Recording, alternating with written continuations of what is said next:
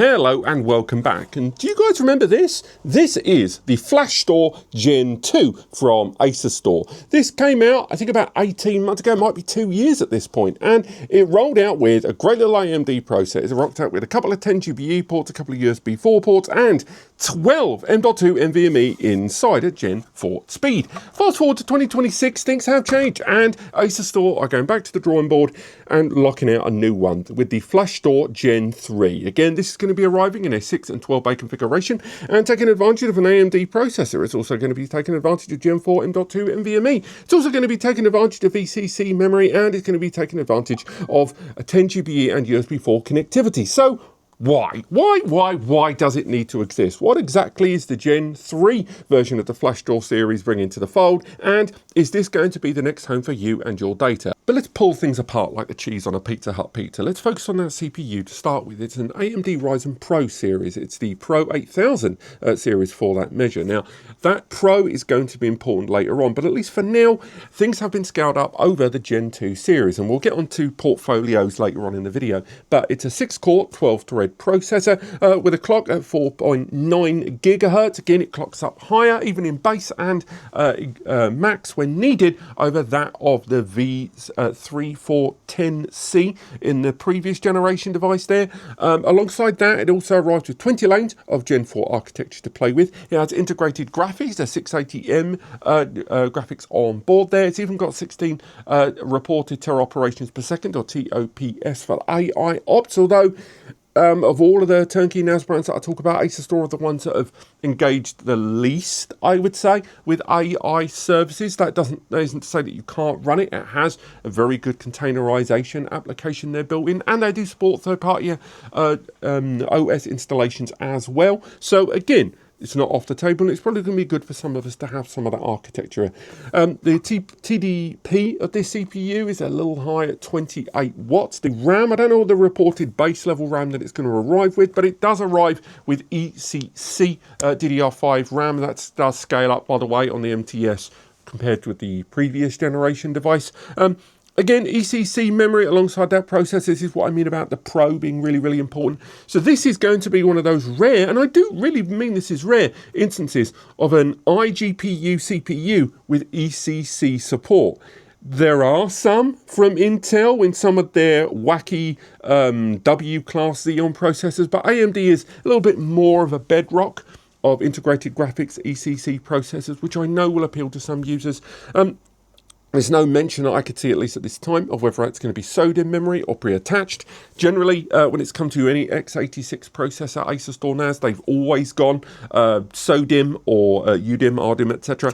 But in the case of more recent releases in 2026, we have seen, due to RAM shortages, some brands actually integrating RAM directly onto the board with LPDDR5 RAM.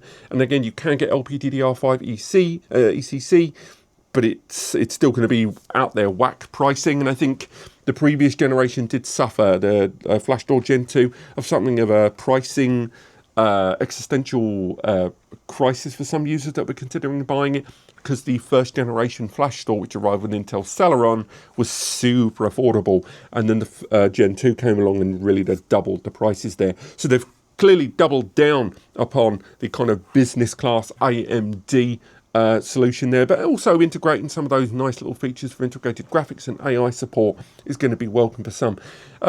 Before we move on, I do want to sort of discuss a little bit about the Flashstor series. And again, I am assuming you're watching this Asustor, and you know the comments are there. I'm pretty sure some of you have actually got my direct number. I'm surprised you're not looking at the original Flashstor series and then moving it from Celeron onto something like a Twin Lake processor, because we're already starting to see that N150 processor and the N355 as well, that CPU integrating 10 gig at base. And, you know, look at that CWWK board that we talked about recently.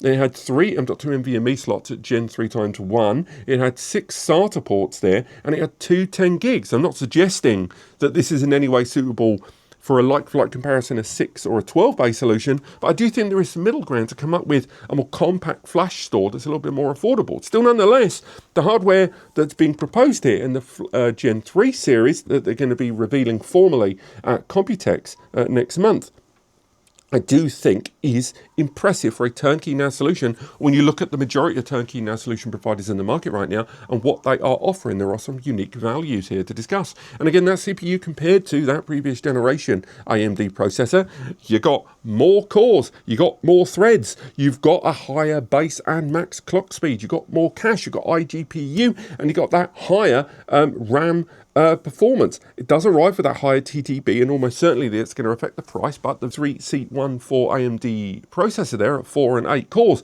this is an undeniable scale up there. But what about the rest of the system? As mentioned, Gen 4 architecture on the M.2 NVMe's, but I'm still waiting for confirmation on whether these are going to be Gen 4 times 4, or that slight Frankenlane system they had on the Gen 2 series, where the 12-bay model, not all of the M.2 slots were the same speed. They'd really stretched out every single bit of the lane distribution, the 20 lanes afforded to the CPU, but the speed, some of them being times 4, times 2, times 1, it really didn't sit well. Whereas this one, I'm hoping they've gone for a nice, more uniform setup, even if all of them are limited to like Gen 4 times 2 or even Gen 4 times 1. For temp reasons, you'd still give, 20 gigabit per M.2. And of course, the PCIe it's feeding into, or multiple PCIe switches inside, would be up for debate. But alongside that, we've got to talk about the connectivity, because as mentioned, thanks to it having iGPU on board with that CPU, it does also mean HDMI outputs. So some of the visual multimedia enjoyment is going to be there on the table. But on the other side of that, there's a network connectivity. It does mention that it's got USB 4 direct connectivity, which was a heavy complaint of the original Gen 2, even though I was able to jerry-rig direct connectivity over USB 4 with the device. It has to be said that most users weren't able to get that conventionally sorted. And apparently this one is going to arrive out the gate with direct point-to-point connectivity from your USB 4 or Thunderbolt system to this USB 4 or Thunderbolt NAS there, which is always appealing. There's no mention if it's going to be single or dual 10 gig connectivity. If you had to put a gun to my head, which would be weird, I'm going to assume the Pro Series is definitely going to have 2 of them there.